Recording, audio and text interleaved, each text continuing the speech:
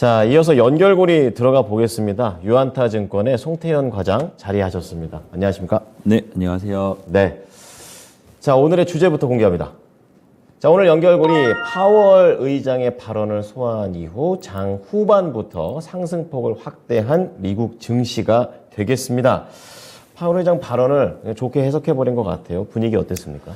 사실 파월 연준의장 발언을 계속 기다렸죠. 네. 어떤 발언이 나올까. 네. 이 부분을 기다렸었는데 발언한 이후에 사실상 강한 상승이 나왔다가 그것을 되돌리고 네. 다시 이제 마이너스 전환이 됐다가 쉬었다가 다시 간 거예요. 그리고 나서 나중에 싹 네. 올라가면서 마무리가 되는 이러한 이제 흐름이 나왔다라고 보시면 될 것 같은데 파월 연준의장이 매파적인 발언과 비둘기적인 발언이 혼합되어 있어서 이렇게 나타난 것이 아닌가? 해석하는 시간이 한 번 있었나 봅니다. 예, 라고 예. 생각을 해볼 수 있는 것 같고요. 예. 먼저 일단 파월 연준의장이 입을 뗀 것은 이 디스인플레이션 관련돼서 예. 다시 한 번 더 언급을 했습니다. 시장이 듣고 싶은 소리죠. 네, 2023년은 인플레이션이 계속적으로 둔화되는 한 해가 될 것이다.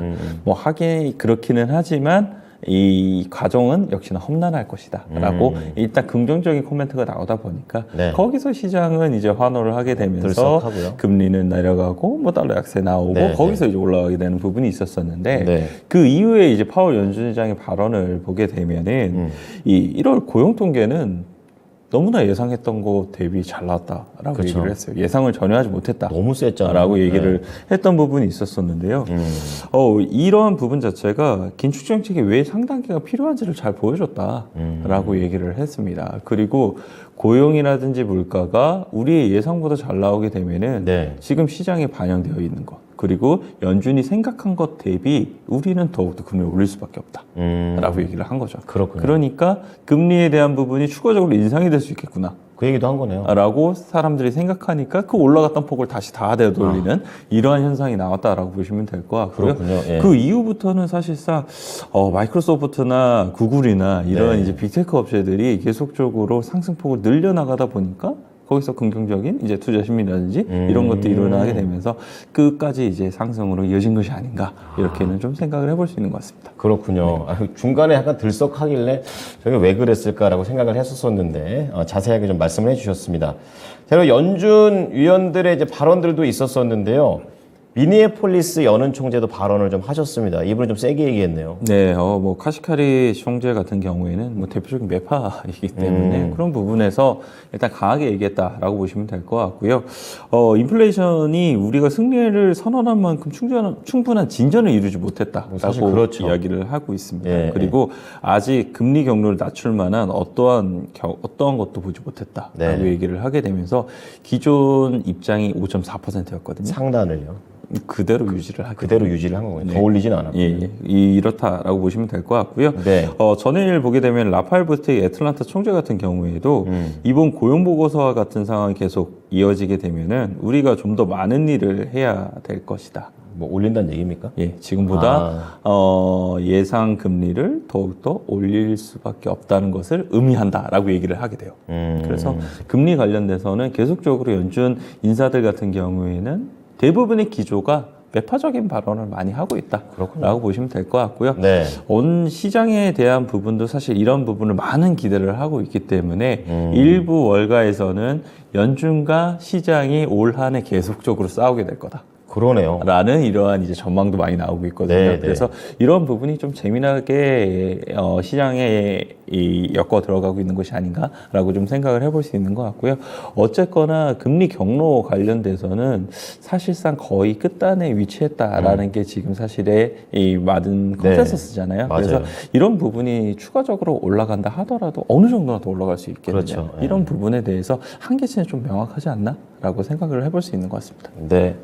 계속해서 연준과 시장이 의견이 다릅니다. 이제 그런 가운데 파월 의장이 발언 속에서 약간의 이제 완화론적인 그런 발언에 집중을 했다라는 것도 좀 정리를 해볼 수 있을 것 같아요. 자, 이어서 유가 볼 텐데요. 굉장히 세게 튀어 올랐습니다. 어떤 내용입니까? 네, 두 가지 있었습니다. 네네. 첫 번째는 이제 터키 지진.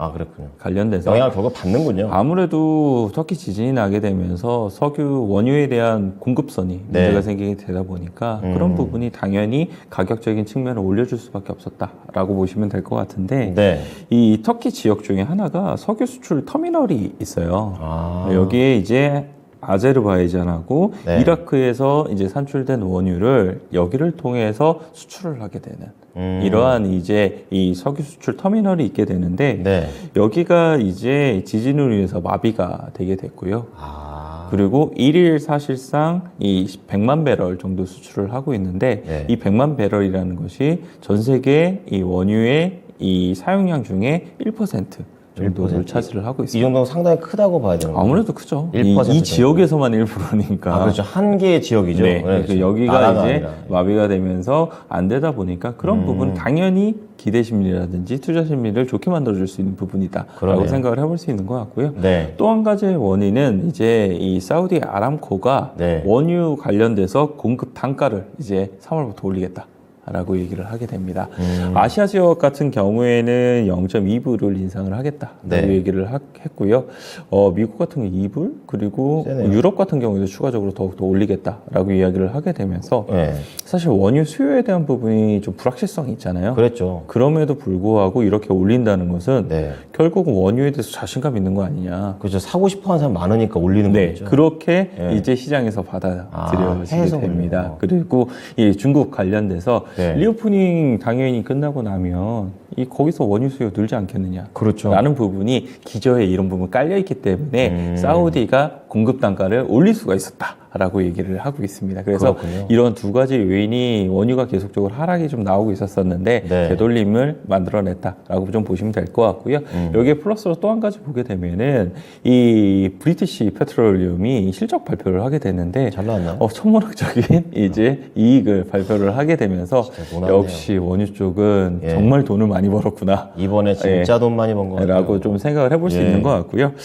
ADR이 한 8.3% 정도 상승이 나오게 됐고요. 네. 그 외에도 보게 되면 엑슨모빌이라든지 쉐브론이 한 2% 중후반 정도의 상승이 나오게 되면서 전반적으로 에너지 섹터가 강세인 하루였습니다. 그랬군요.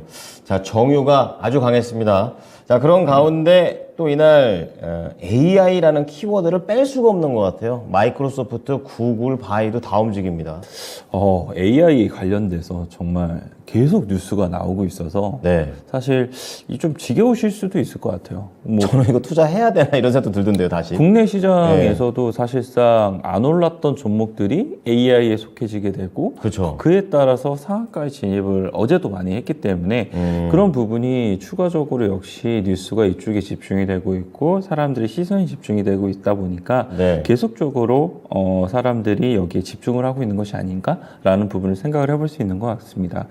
하지만 늘 테마의 끝에서 보게 되면은 테마의 중심인 종목들이 사실상 이제 쉬기 시작을 하게 되고 네네네. 그 집중도가 지금까지 여타의 다른 종목들로 이제 점차 확산이 되기 시작을 하게 되는 부분이 결국 끝단으로 가고 있다라는 것을 의미하는 경우가 많았었거든요. 그렇게 통계적으로 볼 수 예, 있네요. 그래서 이러한 부분은 조금은 조심을 해야 되는 부분은 필요하다라고 네. 말씀을 드리고 싶고요. 네. 하지만 이제 오늘 같은 경우에는 마이크로소프트가 사실상 빙에 이제 이 AI를 합쳐지게 되면서 발표를 했던 부분이었었잖아요. 네. 그런데 내일 같은 경우에는 구글이 유튜브로 네. 또 한 번 AI 관련돼서 발표하는 게 있습니다. 그래서 내일 같은 경우에도 충분히 구글에서 이런 부분에 어느 정도 이슈가 나올 수 있다는 점, 뭐 이런 그렇죠. 점이 오늘 국내에 있는 시장에서에 대한 AI 주들의 기대감을 높여줄 수 있지 않을까라고 좀 생각을 해볼 수 있는 것 같습니다. 그래서 사실상 AI 관련된 종목들 같은 경우에는 저라면은 장중에는 매매하는 것은 오케이라고 생각을 하고 있지만 장 마감 때는 그 종목의 수익 실현을 하고 나오시는 것이 더욱더 낫지 않나 이렇게 좀 생각을 하고 있고요. 진짜 짧군요.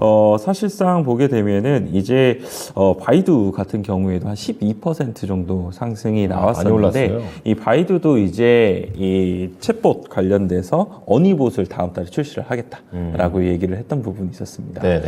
그리고 이제 하이펑 왕이라는 이제 기술 기술 CEO가 예. 얘기를 했던 부분을 보게 되면은 인공지능의 핵심으로서 딥러닝의 중요성이 점점 더 강한 잠재력을 보여주고 있다.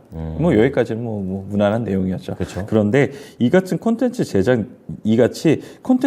능력을 최대한 활용할 수 있다면 영화 제작에 많은 중요한 작업을 완료할 수 있다. 영화요. 예, AI가 이제는 영화 쪽으로도 제작 접목이 될 수 있구나. 그럼 AI가 시나리오도 쓰고 뭐 그런 게 캐릭터도 가능해지지 않나? 라는 부분은 우리가 즐거운 상상을 해볼 수 있는 이런 신기하네요. 부분이 되지 않나라고 생각을 해볼 수 있는 것 같고요. 네. AI 관련돼서 적용처가 향후에 더욱더 많은 부분 늘어날 수 있다. 뭐 이러한 점을 생각을 해봤을 때는 AI 관련된 종목들이 계속적으로 우리가 눈여겨봐야 되기는 하는데 사실상 생태계를 생각을 해보게 되면은 네. 국내에서에 대한 생태계는 그닥 좋지는 못해요. 그렇군요. 뭐 대부분의 종목들이 사실상 AI를 한다라고 얘기를 하지만 실질적으로 뭐 구글이라든지 마이크로소프트와 비교했을 때 경쟁력이 있겠느냐. 이런 부분은 당연히 누구나 없다는 걸 알고 있잖아요. 그렇죠. 그래서 테마로서 움직일 가능성이 상당히 높다라고 생각을 해볼 수 있는 것 같고요. 그 이후에 이제 나오는 얘기를 보게 되면은 사실상 이런 AI에 관련된 최대 수혜주가 무엇이냐. 그렇죠. 이 부분에 대해서는 챗 GPT에 물어보게 된다 하더라도 엔비디아를 얘기를 하고 있대요. 아, 그래요. 네, 그만큼 GPU가 많이 필요를 할 수밖에 없는 부분이기 때문에 그래서 연산 엔비디아가 과정 갖고 속에서 있군요. 네. 엔비디아가 오늘 사실상 5%의 상승이 맞아요. 나온 네. 것도 여기에 아주 무관하다고는 할 수 없다. 라고 생각을 해볼 수 재밌네요. 있는 것 같습니다. 그래서 국내에서도 엔비디아 관련된 종목들이 요즘 MDS 테크라든지 이런 게 상당히 좋거든요. 네. 그래서 그러한 관측이 이미 국내 투자 시장에서도 사실상 반영이 되고 있고 추가적으로 이런 부분을 더욱더 많이 이제 활용을 할 가능성이 높아 보인다라고 말씀을 드릴 수 있을 것 같습니다. 네, 우선은 좀 테마적인 관점에서 봐야 될 것 같습니다. 우리나라는 뭐 자율주행 기술 없는데 그 뭐죠? 내비게이션 관련된 기업들 이렇게 올라가는 것처럼 비슷한 걸로 느껴집니다. 자, 다음은 애플 얘기 좀 해보겠습니다. 애플 관련사가 또 굉장히 세게 올라갔었는데요. 어땠습니까? 네, 일단 애플의 관련사가 강하게 올라갔죠. 이 스카이웍스가 12% 올라갔잖아요. 거기에 따라서 일단 애플이 계속적으로 수요에 대한 부분이 강력할 것이다라는 부분으로 일단 기저에 이게 깔려 있는 것이 아닌가라고 생각을 해볼 수 있어요. 아이폰이 사실상 다시 수요가 올라올 것이 예측이 되기 때문에 사실 부품사 같은 경우에도 그렇죠. 턴어라운드가 가능하다라고 생각을 하는 거잖아요. 맞아요. 그래서 애플에 대한 부분을 이 월가의 의견을 이제 보게 되면은 네. 이제 에버코어 같은 경우에는 네. 애플을 아이폰의 이제 필수 소비재와 같다라고 얘기를 하고 있습니다. 생활에 반드시 필요하다는 거죠. 앵커님 같은 경우에도 아이폰 사용하고 계시잖아요. 그렇죠, 예. 그래서 이런 부분이 결국은 지금 여러 가지 생산 이슈라든지 이런 부분 때문에 아이폰이 소비가 조금은 낮아진 부분이 있었는데 네. 결국 올라올 수밖에 없다라고 생각을 해볼 수 있는 것 같고요. 공감돼요. 또 한 가지는 이제 중국에서 아이폰 14 프로가 할인에 들어가게 되잖아요. 맞아요. 그게 얼마 전에 보게 되면 테슬라가 이러한 행동을 했잖아요. 그렇죠. 그리고 나서 소비가 늘어나게 되고 네. 그에 따라서 월가 좋은 평가를 받게 됐었는데 주문도 많이 들어오고. 예, 이것이 또 똑같은 부분이 되지 않나? 라는 부분을 생각을 좀 해볼 수 있는 것 같아요. 업계 1위가 약간 네. 돈 내리는. 예.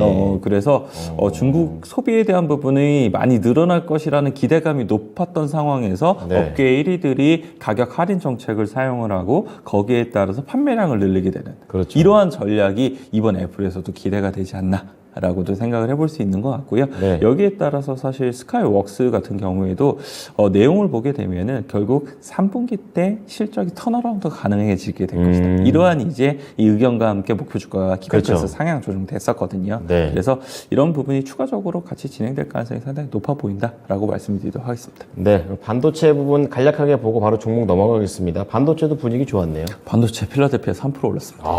지수가 3% 올랐어요. 네, 그래서 국내 반도체 업체들도 오늘 뭐 오늘 좋겠네요. 살짝 기대를 해보자라고 말씀 좀 드리고 싶은데 예.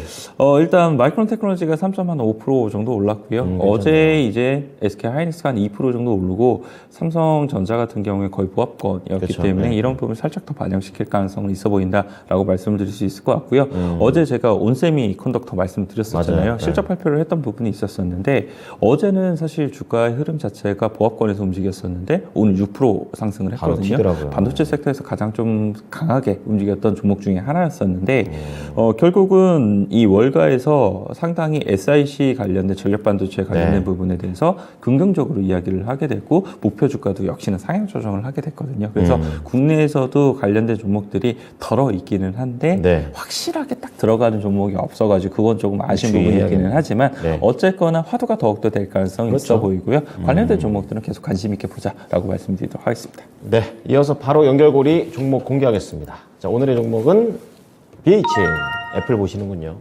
네, 사실 어제 강했어요. 네. 어제 사실 10% 넘는 상승이 나오고 근데도 이거 또 한 번 있었는데 더 가는 건가요? 네. 추가적으로 상승이 나올 수 있지 않을까라는 부분이 생각이 좀 들었었고요. 네. 애플 관련돼서 아까 제가 수요에 대한 부분 말씀드렸잖아요. 네. 그런 기대감이 결국은 애플 부품사인 국내 업체들도 예외로 볼 수는 없는 건 아닌가라는 부분을 생각을 해볼 수 있는 것 같습니다. 네. 4분기 실적은 역시나 많은 부분 줄어들 걸로 예상이 되고 있고요. 네. LG 이노텍 생각해 보면은 지금의 컨센서스 대비도 훨씬 더 줄어들 수 있는 부분도 감안을 해야 되는 부분이기는 하지만 2023년도에 사실 실적에 대해서 역성장이 많이 우려가 되고 있거든요. 거기에 세 가지 정도의 원인이 있었었는데 네. 첫 번째는 1, 2분기가 역기저가 난다는 거, 두 번째가 OLED에 관한 전환이 늦어진다는 거, 그리고 네. 세 번째가 이제 이 관련돼서 수요라든지 이런 부분이 지금 좀 모르겠다 이 부분이었었거든요. 근데 네. 두 번째인 OLED 전환 관련돼서 얼마 전에 애플의 태블릿이 OLED로 전환된다 발표 나왔었잖아요. 네. 그것이 하나의 우려감이 없어졌다라고 보시면 될 것 같고요. 나머지 하나의 수요에 대한 부분은 아까 말씀드린 것처럼 애플에 대한 수요가 생각보다 견조할 수 있다라는 관측이 많이 나오고 있는 만큼 네. 세 가지 중에 두 가지가 완화가 되고 있다는 점, 결국은 주가를 끌어올려줄 수 있는 요소가 될 수 있다라고 생각을 하고 있고요. 어제 같은 경우에는 사실상 수급적인 원인에 의해서 대차 잔고라든지 이런 부분이 감소를 하게 되고요. 공매도가 환매수 들어온 부분이 일부 있다라고 생각을 하고 있거든요. 거기서 추가적으로 만약 이런 부분이 진행이 됐을 때는 보다 더 가파르게 올라올 수 있다라고도 생각을 해볼 수 있는 것 같습니다. 목표가만 알려주십시오. 목표가 일단 높게 잡지는 않고요. 26,000원권 일단 말씀을 드리고요. 거기서 이제 얼마만큼이나 그때 상황을 보면서 대응을 해야 된다라고 말씀드리도록 하겠습니다. BH 잘 볼게요. 감사합니다. 네, 감사합니다. 자, 지금까지 유한타증권의 송태현 과장이었습니다. 자, 지금까지 투자 판단에 도움이 될 수 있는 정보를 제공해 드렸습니다. 하지만 특정 종목의 상승과 하락을 보장하지는 않으니까요. 참고해 주시기 바랍니다. 오늘도 성공 투자하십시오. 고맙습니다.